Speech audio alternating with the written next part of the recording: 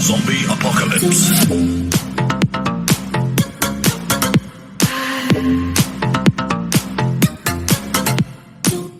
What is going on, you guys? Bastion here, and I'm back with my Trickstar deck profile. I have at least 30 of these on my channel, but I just absolutely love this deck. By far my favorite deck of all time. And we just got a brand new support card coming out. Well, not a like a literal support card, but a card that really just breaks Trickstar wide open whatsoever. You guys remember the Trickstar reincarnation / droll combo? Get rid of your opponent's entire hand and then rage quit, right? Well, this card just came out of the Blazing Vortex set. It makes it so much more consistent, so much more opportunity to actually have that combo in your hand. It's absolutely insane. Pot of Disparity or Prosperity, whatever it is actually called, I think it is pot of Disparity, is absolutely insane. It really just breaks this entire deck wide open. So I'm gonna go ahead and go through just the deck profile right now, guys. I have not picked these cards up yet because I have time recording this. They are, let me see. It is called Pot of Prosperity. All right. So Pot of Prosperity right now sits at, I don't know if you can see that very well. Pot of Prosperity currently sits at, I highly doubt you can read that right now, but it sits at $86.93. Way too much money that I am willing to personally spend on one Yu-Gi-Oh card. So we're just gonna go ahead and do this online. Alright, but back to the deck profile, guys. I mean, the Pot of Disparity just makes it so much more consistent. You don't use your extra deck at all. If you do, I'm really just gonna use it for the scapegoat combo. I took out Dragoons. It's really not necessary right now because the main thing you want to go for is not to just summon Dragoons and be over with it. You want to get rid of your opponent's entire hand. That way there's nothing they can do about it.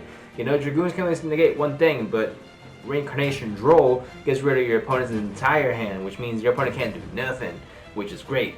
So all the Trickstar players are like, yes, rejoice, finally.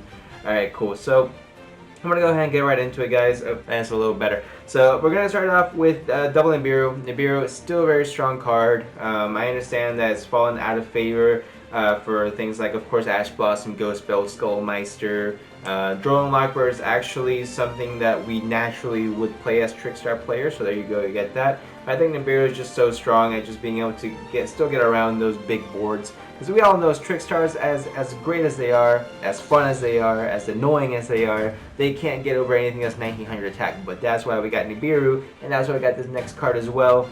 3 copies of Trickstar Carabane. Carabane is Bane. Amazing card. Basically the honest for the deck, guys. And you go ahead and search it, attack over something, discard it, tap whatever monster you are battling with, gain attack equal to its original attack. It's absolutely insane. You can get it pretty much over anything with this card. Carabane's absolutely busted in this deck. But also, it's a free special summon, so you can go ahead and go to a little bit of some link plays, just put some more damage on board. There's really only 1 or 2 really good Trickstar Link monsters realistically, but I'm not going to get into that right now because we're not playing the Link Trickstar deck, right? Then you play triple Candina. Self-explanatory is your main starter for the deck. On normal summon, search any Trickstar card, absolutely busted. Then you play triple Lycoris. Lycoris, of course, you can go ahead and tag out your Candina to summon your Lycoris and burn your opponent for every card they add to their hand. It's already insane. You play triple Ash Blossom, triple Ghost Bell, triple Drone Lockbird. Now I do play quite a bit of hand traps, of course, as Trickstar decks tend to do, but it's really, with Pot of Prosperity, is really just not a brick ever.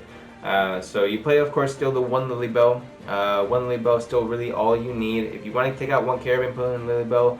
I'm not going to go against you, but personally I just prefer having the opportunity to attack over my opponent's monsters a little bit more. Ladybell is really good for that poke damage as well as recurring back to your cards, which has been something that as the deck tends to evolve a little bit more, has become a little more prevalent. So if I would change anything in this deck, it's definitely take out 1 of the Carabane and slap another Ladybell in there. But right now I like the way that this is currently working right now.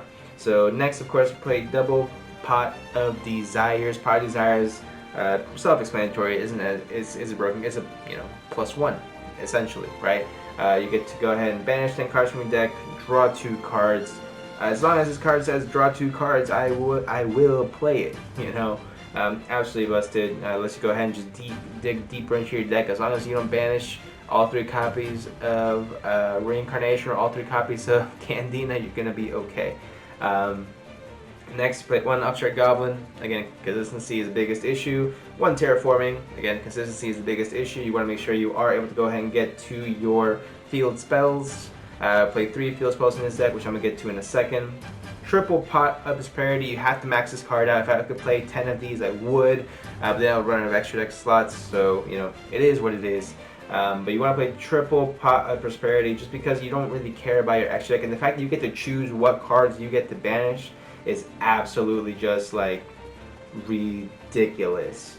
So it's definitely just such an amazing card. The fact that you get to go ahead and put the cards that you don't want back into your deck. So we'll actually use Pot of Prosperity to search either the Candina or the Reincarnation that is not currently in your hand, or the Draw and Lockbird, whichever one.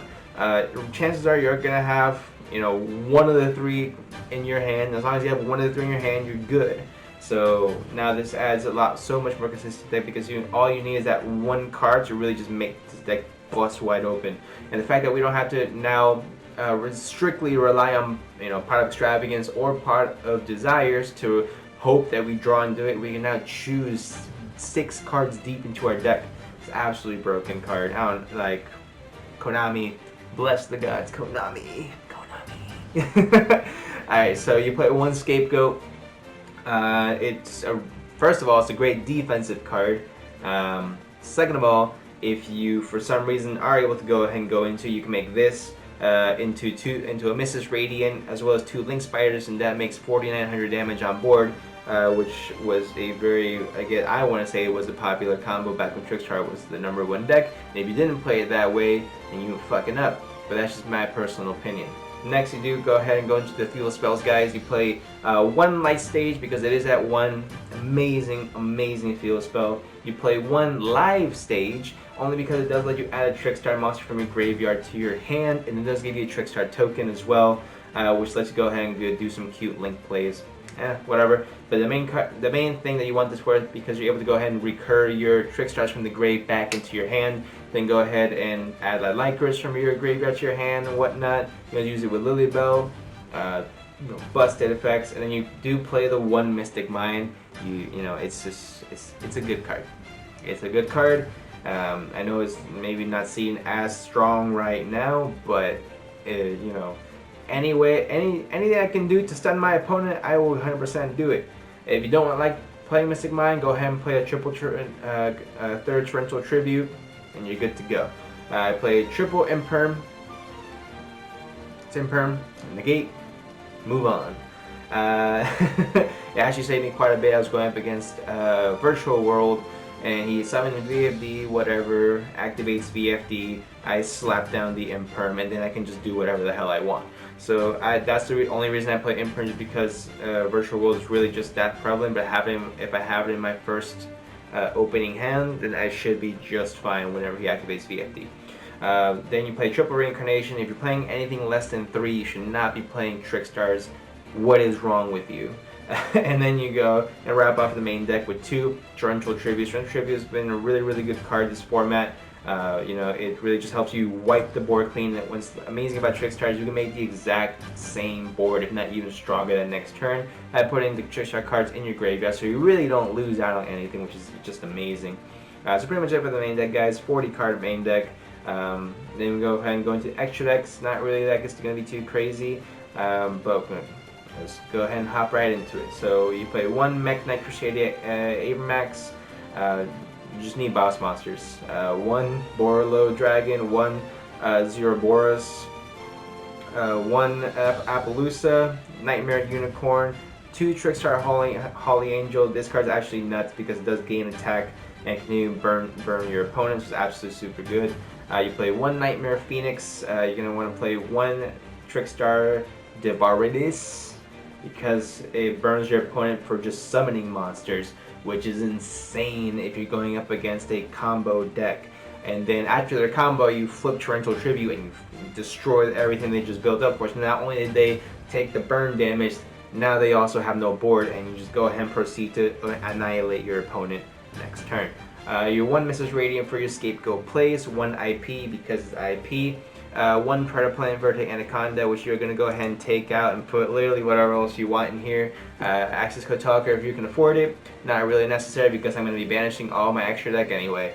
Then you're going to go ahead and play 2 Link Spider, just because Link Spider is going to go ahead and help you out, max out your attack with your Mrs. Radiant and the Scapegoat combo. And then lastly, you do want to play the 1 Salamander Almirage, or if you want to play a 3rd Link Spider, go for it. That's the versatility that this deck has. As I don't know if you can tell, but I'm not a big. I'm not gonna say I'm not a big fan of extra decks, but decks that don't rely on the extra deck are just bring so much appeal to me because I just feel like they're so much easier to learn, first of all, and you don't have to spend money on the extra deck. You just gotta spend money on triple Power Prosperity, which is gonna run you around $300 anyway. So there you go. So that's going to be it for my Trickstar deck profile, guys, for February 2021. If you guys did enjoy, go ahead and smash all the like buttons, and subscribe for more videos. If you do like my content, let me know what you guys are interested in seeing. If you like more of the uncensored duels, go ahead and let me know. If you like more of the in-depth explanation deck profiles, go ahead and let me know. If you like more physical cards explanations, go ahead, deck profiles, go ahead and let me know as well. And I'll see what I can do for you guys. But other than that, subscribe for more videos. I will see y'all in the next one.